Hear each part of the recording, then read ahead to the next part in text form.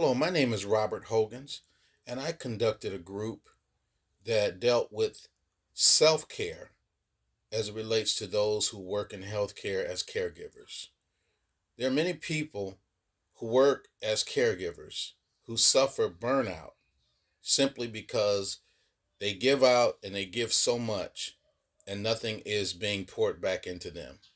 They get to a point where they are insensitive, they get to a point where they can be indifferent, and they can even feel numb and feel guilty about uh, feeling this way when it comes to caregiving.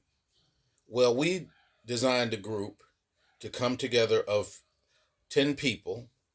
These 10 people consisted of nurses, social workers, chaplains, home health aides to come together and discuss and to get a hold on how to better recognize burnout and how to move forward and find the tools necessary when feeling that burnout, and how can we implement self-care so that we won't become numb to those that we care for.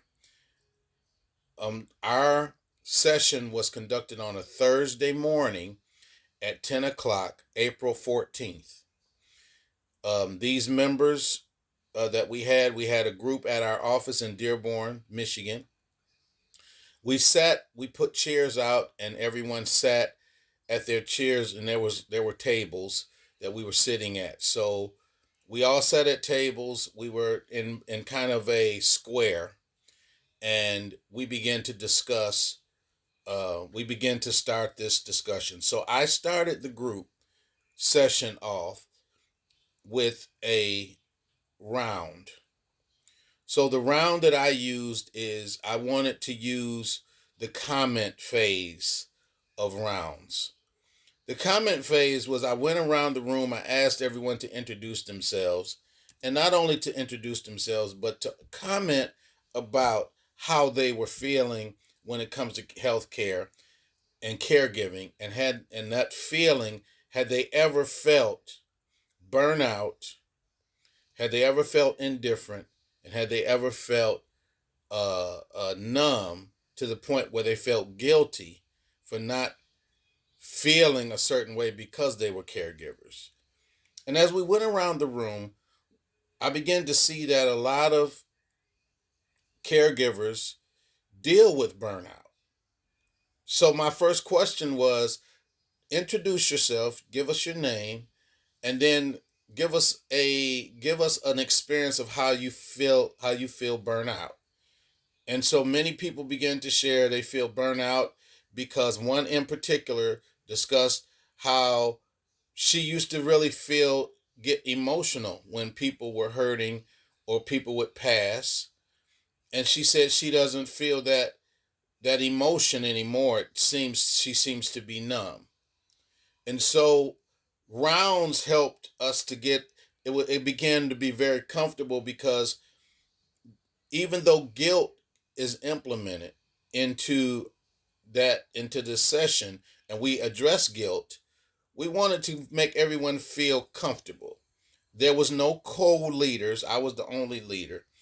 And so after we went through our discussion, everyone shared their comments. I brought about the question, when you recognize burnout, indifference, or numbness, what are the tools that you use to help yourself get back to a place of sensitivity and feeling that emotion again? When we arise that question, I knew that many people didn't really know it or have the tools, but I wanted to discuss some options about some of the tools that we can use. And so what we did was we did a simulation of a patient and a caregiver, and that caregiver feeling indifferent and numb, and how that patient can not be getting the greatest of care because that person is numb. So we used the rounds, then we shifted into dyads when we paired two people up and they conducted these scenarios so that they can understand how if you don't if you don't take care of yourself, it's very hard to take care of others. So we went through the group. The groups lasted about an hour and a half. We did the scenarios, and what came out of it is what can we do to recognize burnout, insensitivity, and numbness? How can we recognize guilt? And how can we deal with it on a more appropriate and beneficial level that it helps not just us, but those that we care for? So, the next discussion we went into as we began to analyze and evaluate what everyone said, we began to bring out the tools. And we began to ask each one, how do they feel about taking a day off here and there? How about at the end of the day, letting that be the end of the day and then spending some time doing something that you like?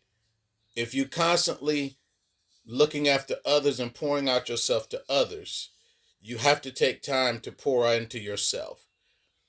When we ended that discussion, a lot of people began to feel less guilt because they felt as if I can look at myself as important at some time and I can focus on myself at times because focusing on myself will help me to be a better caregiver for others. And so I felt that our group was very successful. I felt like everyone that participated left with the tools that they need to become better healthcare and caregivers and recognize what those things that can show us about or reveal to us that we're burnout, that we're indifferent or numb, and then attacking guilt by making sure that we know that if we take care of ourselves, we'll be better at taking care of others. This group was led by Robert Hogans.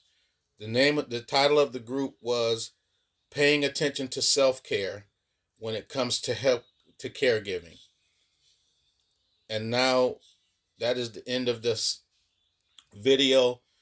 We had a very successful group, and we're looking forward to doing it again in the future. Thank you.